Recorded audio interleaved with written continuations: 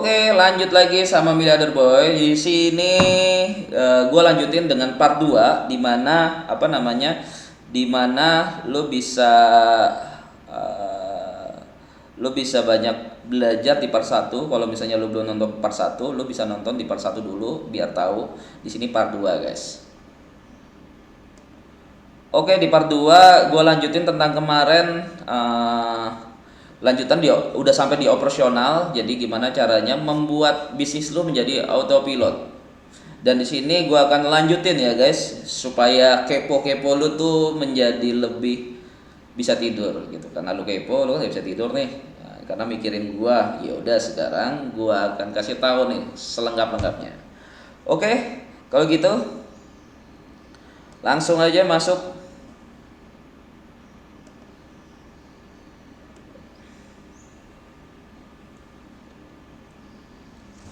Oke, sabar, rada loading, maklum. Belum makan laptopnya, jadi apa namanya? Jadi dia gampang lelah. Sabar ya guys.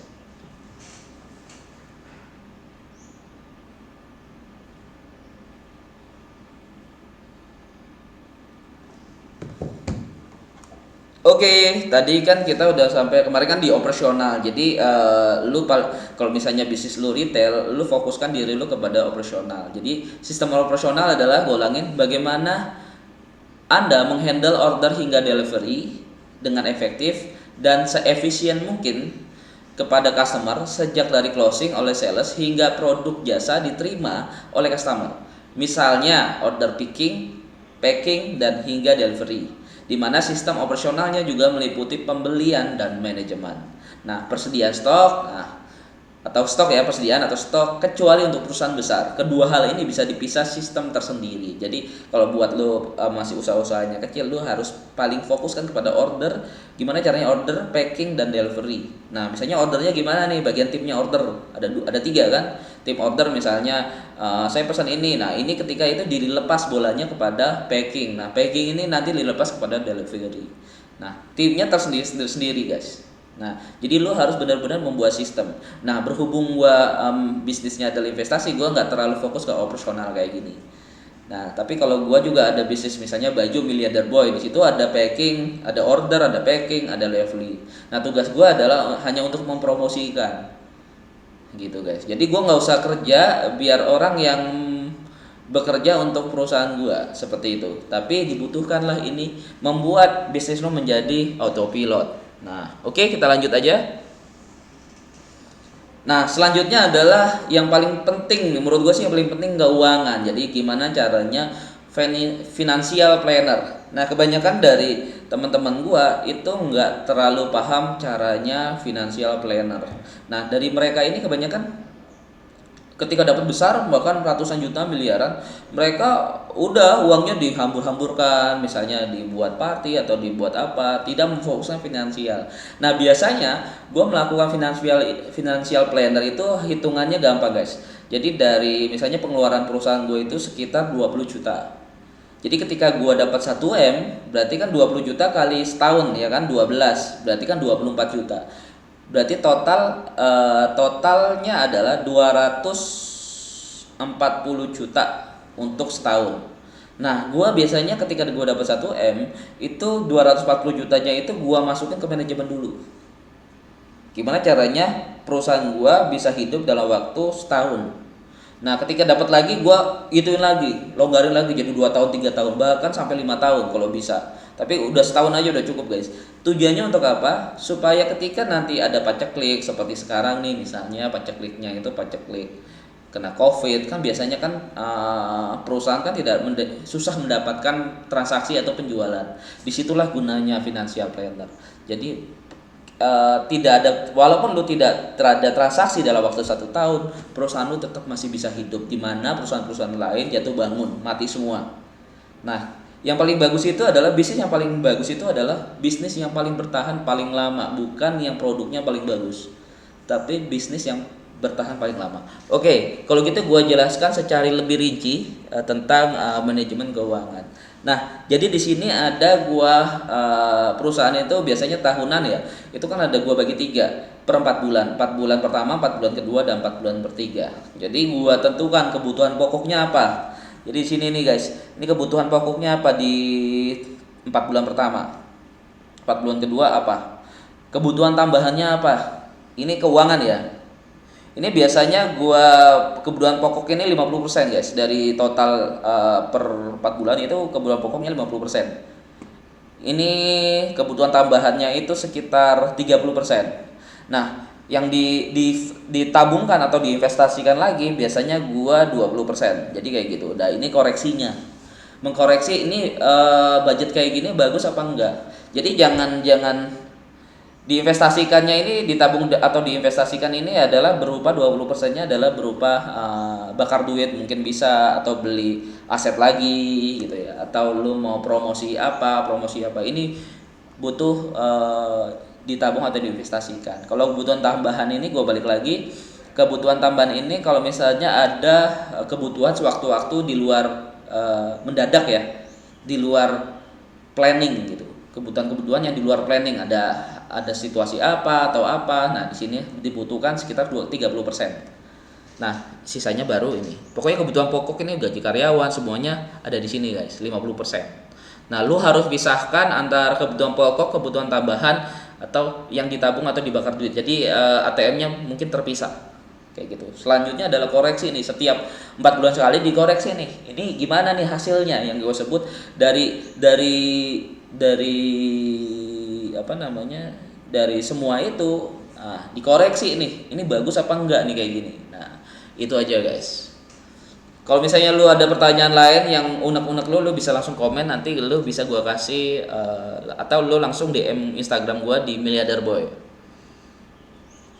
Oke, sekarang kita ngomong adalah admin dan akuntansi. Jadi sistem akuntansi adalah bagaimana Anda mencatat semua transaksi keuangan untuk tujuan melaporkan dan analisa. Akuntansi adalah rapot bisnis Anda, adalah cermin yang Anda gunakan untuk memperbaiki bisnis lewat angka.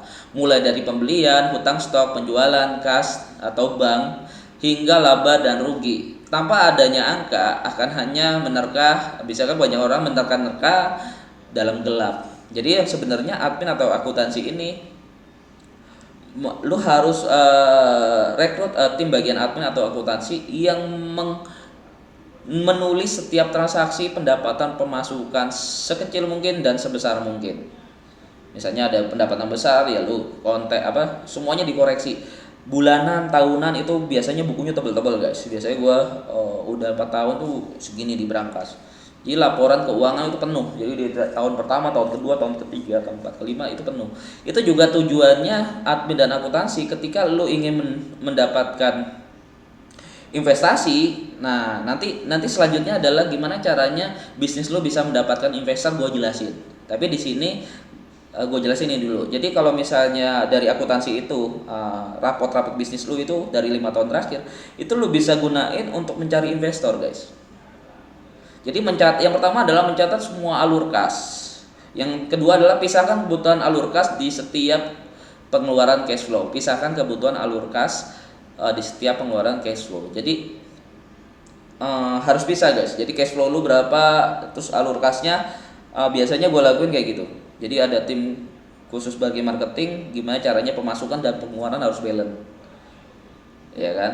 Nah, dari sini, dari ketika lu mempunyai alur kas ini dan semuanya tercatat di kalau bisa di ini ya, di transaksi ini ya, rekening koran, itu paling enak ketika lu ketemu beberapa investor, lu minta nih kok aku butuh dana untuk bisnisku untuk memperbesar, lu lebih enak guys dapatnya guys. Itu yang gue lakuin ketika gue dapat investor. Jadi gue selalu mendapat nggak terlalu susah mendapat investor karena gue punya rincian-rincian pengeluaran, pemasukan dan produk-produk gue akan laku berapa dari situ guys. Oke, selanjutnya HRD. HRD ini sebenarnya paling penting juga. Jadi last but not least, sistem human resource. Jadi SH ini yang gue sebut HR gitu ya. Biasanya gue sebut HRD. Nah, mengatur bagaimana merekrut, seleksi, mendevelop tim agar menjadi super tim yang nantinya melaksanakan kelima sistem di atas. Jadi yang tadi 5 itu yang menjalankan adalah HRD, melaksanakan sistem di atasnya. Super tim inilah yang akan membangun bisnis autopilot Anda. Tanpa tim yang bertanggung jawab dan terlatih, sistem tidak akan berjalan. Sedangkan tim adalah orang-orang yang melakukan ketujuh sistem di atas dan yang secara real membangun bisnis kita. Membangun sistem dan tim membutuhkan proses dan waktu. Namun hasilnya sepadan agar bisnis Anda bisa diduplikasi dan berjalan tanpa Anda. Jadi dari tadi gue pisahkan, misalnya di action 1, action 2, action 3, action 4. Biasanya admin, terus misalnya bagian akuntansi, terus bagian IT, itu gue pisahkan. Dari keempat ini atau kelima ini tim itu ada yang mimpin yang namanya HRD. Mereka yang gue sebut adalah direktur operasional, di mana itu tuh direktur operasional itu yang melatih mereka, yang baru kan banyak yang keluar, ada yang masuk, keluar, masuk. Nah, tujuannya apa? Tugasnya direktur operasional itu melatih agar mereka menjadi satu irama, jangan terlalu cepat, yang satu kerjanya cepat banget, yang satu terlalu lambat. Jadi mengkondisikan supaya kerjaannya sama-sama cepat, guys. Jadi itu yang paling penting, guys, dari ketujuh ya tadi kan. Jadi yang dari ketujuh itu yang tadi gue jelaskan sebelumnya, ini semuanya harus dikondisikan oleh HRD yang biasanya gue sebut adalah direktur operasional. Nah, buat lu kalau misalnya ini terlalu rumit, ya, buat lu misalnya ini terlalu rumit, terlalu rumit buat lu gitu ya. Gua menyediakan yang namanya Miliarder Club. Miliarder Club ini perusahaan gua di PT Evo Property Solusindo, lu bisa membeli sahamnya, guys. Jadi saham perusahaannya ada yang berbentuk aset atau yang berbentuk valuasi. Jadi di sini nih gua mempunyai 3 bagian. Ada bagian investor, bagian manajemen, atau bagian marketing. Jadi di Miliarder Club ini kalau lu mau malas ribet gitu, yaudah gue punya duit nih, gue pengen investasiin aja, atau gue mau join di Miliarder Boy Club gitu ya, lu bisa di bagian investor lu pilih, guys, yang silver card, gold card, atau platinum card. Kalau silver itu di bawah 100 juta, ya kan. Kalau yang gold card itu di atas 100 juta sampai 2M. Kalau platinum card itu yang di atas 2M semua. Jadi yang investasinya di atas itu. Nah, kenapa gue menawarkan ini? Karena di tempat gue di Miliarder Club itu sudah komplit, guys. Ada tim investor, ada tim manajemen. Nah, tim manajemen itu berupa admin, tim teknologi, desain, editor. Nah, semuanya dikondisikan dengan satu orang HRD tadi, yaitu direktur operasional. Dia yang mengkondisikan manajemen ini semua, guys. Nah, selanjutnya adalah marketing. Marketing ini ada 3 juga, funding, lending, dan Evo prioritas. Jadi kalau funding itu yang memasukkan dana investor, misalnya ada marketing khusus, mereka itu mencari investor untuk kayak gue nih nawarin lu, yaudah mau join nggak? Nah, di situ. Nanti di bagian lending, produksinya kita akan membeli proyek, misalnya beli rumah, beli aset yang nilainya murah-murah, 50% di bawah harga pasar. Kalau misalnya lu mau tahu bisnisnya kita, kok bisa beli rumah 50% di bawah harga pasar, nanti gue jelaskan, atau lu bisa kepoin di Miliarder Boy selanjutnya yang sebelum-sebelumnya ada, guys. Yang terakhir adalah Evo prioritas. Jadi Evo prioritas ini ya yang gue sebut adalah Miliarder Club, di mana semuanya komunitas itu berkumpul di dalam suatu lingkaran. Jadi biasanya mereka itu selain mereka beli perusahaan gua, mereka juga bertukar jualan. Misalnya gua kenalin ada orang yang sedang main proyek. Nah, ada di dalam tim itu juga ada orang yang dari bank garansi yang biasanya mereka gua pertemuan berdua, akhirnya terjadi closing kayak gitu.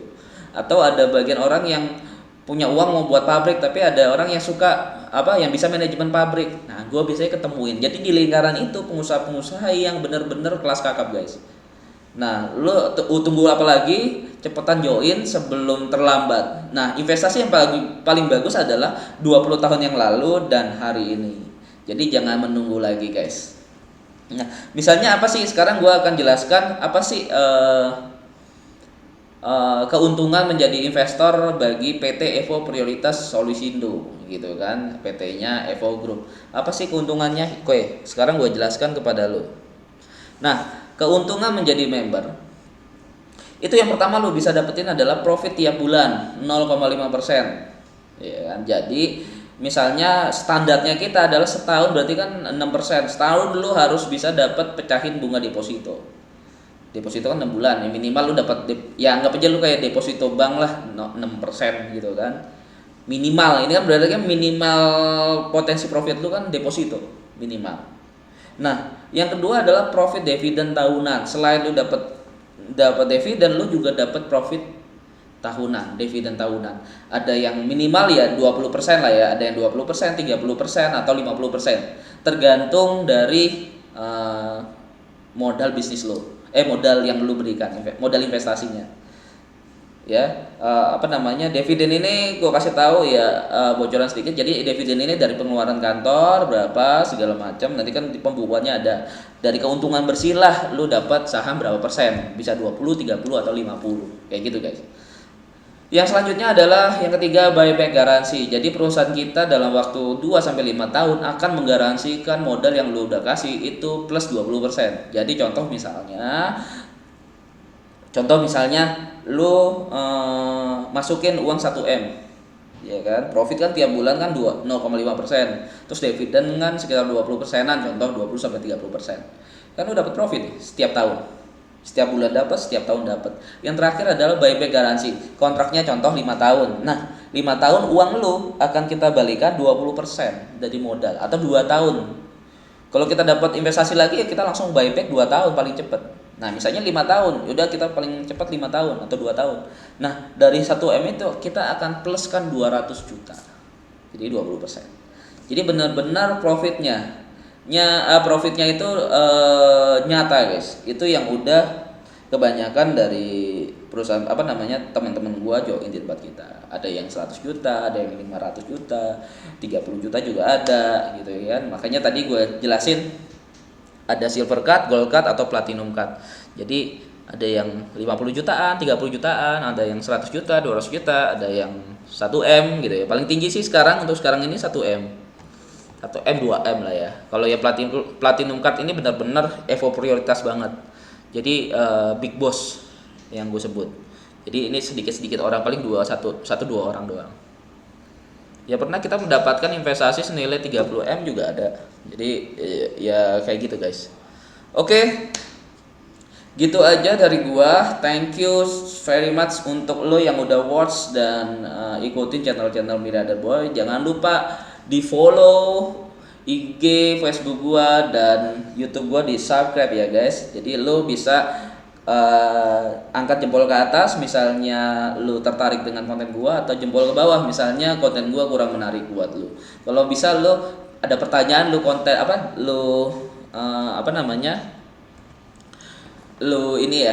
lu komen di komentarnya, kolom komentar. Oke, gitu aja dari gua. Sebelumnya gua mau kasih tahu lu, kalau misalnya lu membutuhkan investasi berupa rumah, gua bisa kondisikan kepada lu semua gimana caranya mendapatkan properti 50% di bawah harga pasar. Semuanya ada di konten-konten gue sebelumnya. Jadi 50% di bawah harga pasar tuh sebenarnya paling gampang, guys. Nanti gue jelasin deh. Atau lu langsung aja WA di tempat gue. Jadi contoh harga rumahnya nih 1M. Contoh misalnya harga rumahnya tuh 1M. Lu bisa beli 500 juta aja, guys. Jadi harga pasar 1M, lu beli tuh cuma 500 juta. Terburuk adalah lu butuh duit nih, lu masukin lagi ke bank. Ya lu cair 750 juta kan, pencairan di bank kan 75%. Kalau modal bisnis itu 80 sampai 90%. Apalagi kalau misalnya lu pakai bank garansi. Di temen gua biasanya sih kayak gini. Kalau gua sih biasanya gua beli rumah 500 juta, harga kan 1M. Gua butuh duit, gua masukin lagi ke KPR. Nah, dari KPR 750 juta. Tapi kalau misalnya gue mau upin lagi ke 1,5, bisa diupin maksimal cair 1,5. Itu lu bisa masukin namanya bank garansi. Jadi bank garansi itu menggaransikan aset lu yang bisa di warm up namanya. Nah dari situ misalnya lu punya pekerjaan tapi butuh ada proyek-proyek ya guys. Jadi proyek-proyek pemerintah atau proyek swasta yang bonafit gitu ya. Itu bisa guys melalui bank garansi. Jadi gua ada temen juga yang bagian bank garansi itu mengkondisikan aset kita yang maksimal cair 750 juta itu bisa di warm up 2 kali lipatnya. Jadi 1,5 miliar. Itu aja sih yang dari gua. Semoga semoga channel-channel gua ini bermanfaat buat lu dan gua yakin lu semakin cerdas dalam berinvestasi dan berbisnis. Oke, see you next time.